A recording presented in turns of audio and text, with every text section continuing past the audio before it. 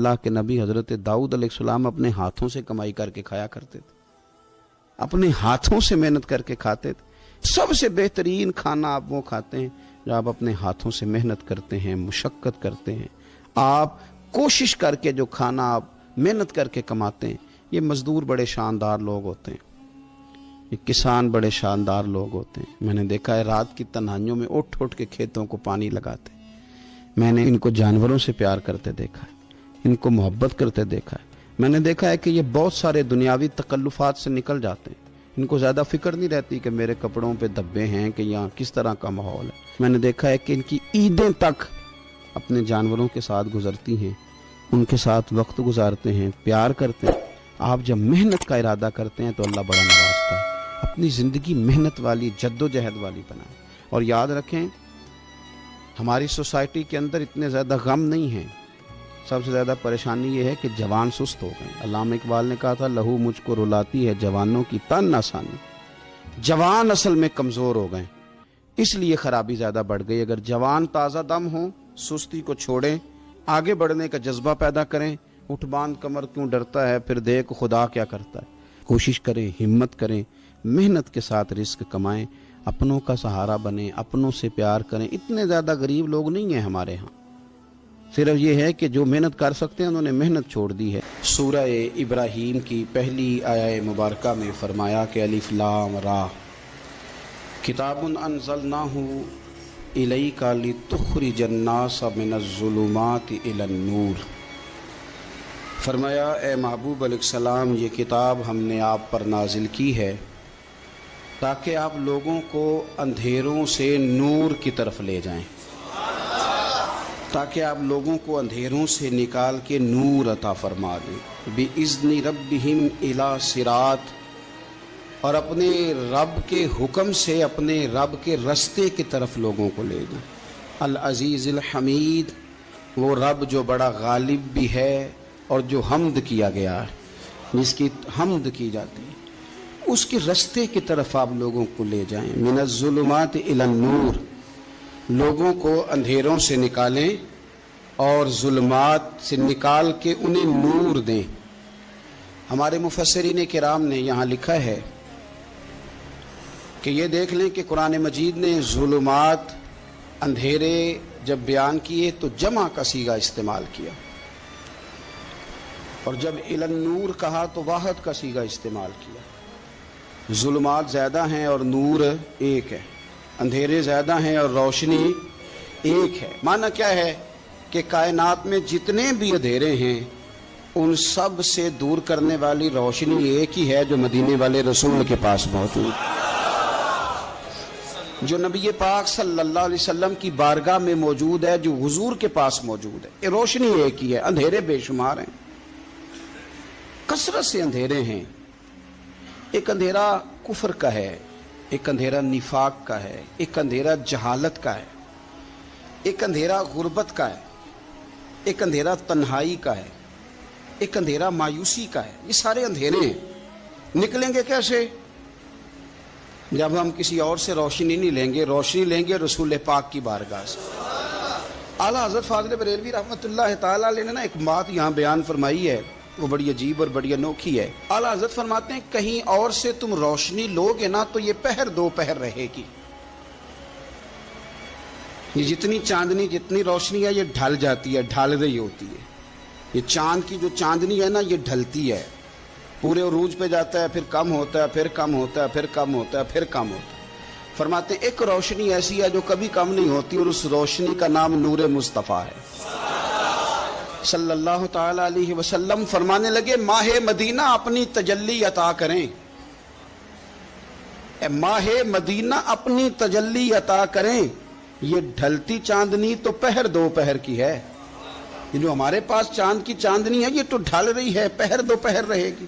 اے ماہ مدینہ آپ اپنی تجلی عطا، یا رسول اللہ ایک اندھیرے سے نکلیں گے دوسرے میں گم ہو جائیں گے، دوسرے سے نکلیں گے تو پتہ نہیں کون سا رستہ ملے گا، آپ مہربانی کریں، اے ماہ مدینہ ہمیں اپنی تجلی عطا کریں، آپ اپنا کرم فرمائیں۔ اندھیرے بہت سارے ہیں، نور ایک ہی ہے، نور ایک ہی ہے، اور اس نور کا نام محمد مصطفیٰ ہے صلی اللہ تعالی علیہ وسلم۔ نور ایک ہے، میرے عزیز، آپ جتنا مرضی بھاگ لیں، جتنا مرضی دوڑ لیں، جتنی مرضی آپ ترقی کر لیں، پڑھ لیں، جو مرضی کر لیں، اندھیرے پیچھا نہیں چھوڑتے، اس لیے کہ یہ اندھیرے گہرے ہیں، ان کے مختلف روپ ہیں، ان کے مختلف رنگ ہیں، یہ مختلف طرح کے اندھیرے ہیں۔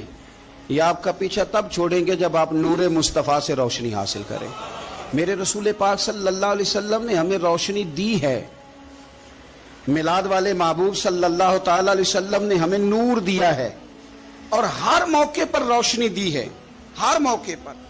کسی ایک موضوع پر آپ رسول پاک صلی اللہ تعالی علیہ وسلم کی کسی ایک موقع پر آپ حضور کی تعلیمات حاصل کرنا چاہیں گے تو درجنوں حدیثیں ملیں گی، آپ کو سینکڑوں کے لحاظ سے اشارے اور تعلیمات ملیں گی، ہر چیز آپ کو میسر آئے گی اور آپ کو لطف آئے گا۔ میں کل ایک بزرگ کی بات سن رہا تھا، مجھے بڑا مزہ آیا۔ وہ حدیث پاک بیان کر رہے تھے کہ نبی پاک صلی اللہ علیہ وسلم نے فرمایا کہ میں اور یتیم کو پالنے والا قیامت کے دن اس طرح ہوں گے جس طرح یہ دو انگلیاں جڑی ہوئی ہیں۔ تو فرمانے لگے دیکھ لو، میرے نبی پاک کے لفظ بھی محفوظ ہیں اور میرے نبی کے اشارے بھی کتابوں میں محفوظ ہیں۔ یعنی حضور نے دو انگلیوں کا اشارہ کیا تھا تو ہر محدث نے وہ نوٹ کیا ہے، حضور کے اشارے تک محفوظ ہیں کتابوں، یعنی باقاعدہ حضور نے، وہ الگ بات ہے نا، وہ معاملہ الگ ہے کہ سورج چڑھا ہوا ہے، روشنی پھیلی ہوئی ہے، لیکن ایک بندے نے اس طرح کیا ہے کہ پچھلے کمرے میں سویا ہے، اب چونکہ اس کا سونے کا ارادہ ہے، اسے اندھیرے سے پیار ہے، اس نے لائٹ بھی بند کر دیا ہے، دروازہ بھی بند کر دیا ہے، اور کھڑکی سے تھوڑی سی روشنی آ رہی تھی، اس کے آگے بھی پردہ کر دیا۔ لوگوں کو کہتا ہے روشنی کوئی نہیں، نور ہی کوئی نہیں، اندھیرا بڑا ہے، تو اسے کہیں گے بے وقوف، تو اپنی کھڑکی تو کھولنا، پہلے تو اپنا پردہ ہٹا، تو یہ دیکھ کہ تو نے خود دروازہ، وہ تو آفتاب چمک رہا ہے، وداعیا الی اللہ باذنہ وسراجا منیرا، حضور کی نبوت کا آفتاب چمک رہا ہے، کوئی سیکھنے ہی نہیں نکلتا، ٹائم ہی کوئی نہیں، مصروفیت ہی بڑی ہے۔ نکاح کا ٹائم آیا تو ساری چیزیں سیکھ لیں، آداب نکاح نہیں سیکھے، قرآن و سنت نکاح کے بارے میں کیا فرماتے ہیں یہ نہیں سیکھے، سارے لوگ لگے ہوئے ہیں ڈیوٹی کرنے، شادی آ گئی، شادی آ گئی، کپڑے بنا لو، لیکن جو میاں بیوی کے حقوق تھے وہ نہیں سیکھے کسی سے جا کے، تو شادی کے چوتھے دن ہی لڑائی شروع ہو گئی۔ اگر یہ آداب کا، انداز کا پہلے سے پتا ہوتا تو گھر کپڑوں سے سکھی نہیں رہتا، ایک دوسرے کے ساتھ محبت ہو تو گھر سکھی رہتا ہے، تو جو اصل چیز تھی وہ سیکھی نہیں۔ یہی رویہ ہمارا سارے کاموں میں، محبوب نے جو ہمیں ہدایت عطا فرمائی تھی، جو روشنی دی تھی، ہم نے اس سے فائدہ نہیں لیا۔ اور اب میلاد شریف کا مہینہ آیا ہے، تو میلاد شریف کا مہینہ بھی آپ نے یہ محفلیں ان لوگوں کے سپرد کر دی ہیں جو اللہ خیر کرے، ہاتھ میں جن کے سپیکر ہوگا، کبھی بھاگ کے ادھر جائیں گے، کبھی دوڑ کے ادھر جائیں گے، اور وہ کہیں گے کہ ہاں میں تمہیں میلاد سنا رہا ہوں، تمہیں کیا پتا، میں بتاتا ہوں۔ آپ نقطے نہ بیان کریں، آپ میلاد والے رسول صلی اللہ علیہ وسلم کی سیرت کا ایک باب کھولیں، آپ بتائیں نبی پاک صلی اللہ علیہ وسلم نے بحیثیت باپ کیسے وقت گزارا ہے، بحیثیت ایک شوہر کے کیسے وقت، آپ ایک ایک چیپٹر سیرت کا کھولیں، آپ لوگوں کو تعلیم دیں، بس کریں، کروڑوں روپیہ جلسوں پہ لگتا ہے، کیا دے رہے ہیں آپ قوم کو، اور قوم بھی کہتی ہے بڑا چسکا آیا، بڑے نقطے سنے، کچھ آداب بھی سیکھے، اس میں سے ملا بھی، یہ محفل ہے، آج کو میلہ نہ بنائیں، میلہ اور ہوتا ہے، محفل اور ہوتی ہے۔ میلے میں لوگ جاتے ہیں، گھوم پھر کے آتے ہیں، کہتے ہیں پنگوڑے اچھے تھے، اس کے اندر کھلونوں کی دکانیں اچھی تھی، میلہ ہوتا ہے، اور محفل ہوتی ہے، تو محفل کو محفل بنائیں، میلہ نہ بنائیں، مہربانی فرمائے۔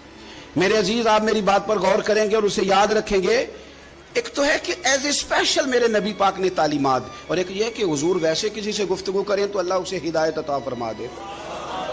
سیرت النبویہ میں موجود ہے، حضرت بریدہ اسلمی رضی اللہ تعالیٰ عنہ صحابی ہیں، وہ فرماتے ہیں کہ جب ابو جہل نے اعلان کیا نا کہ جو معاذ اللہ ثم معاذ اللہ نقل کفر نہ باشد، حضور ہجرت کر کے مکہ مکرمہ سے مدینہ طیبہ جا رہے، تو جو سید عالم صلی اللہ علیہ وسلم کو گرفتار کرے گا اسے 100 سرخ اونٹ دیے جائیں گے۔ آج ہمارے زمانے میں سائیول نسل کی گائے بھینس بڑی مہنگی ہے، تو 100 گائیں وہاں سے لے آئیں تو کتنے کروڑ بنا۔ عرب میں سرخ اونٹ بڑا مہنگا تھا، اور 100 ملے گا تو بڑے بڑے لوگوں کے لیے بڑا اچھا موقع مل گیا امیر بننے کا، تو بڑے لوگ بھاگے۔ بریدہ کہتے ہیں میں اکیلا نہیں، 70 بندے میں نے ساتھ لیے، چونکہ انعام ہی بہت تگڑا تھا۔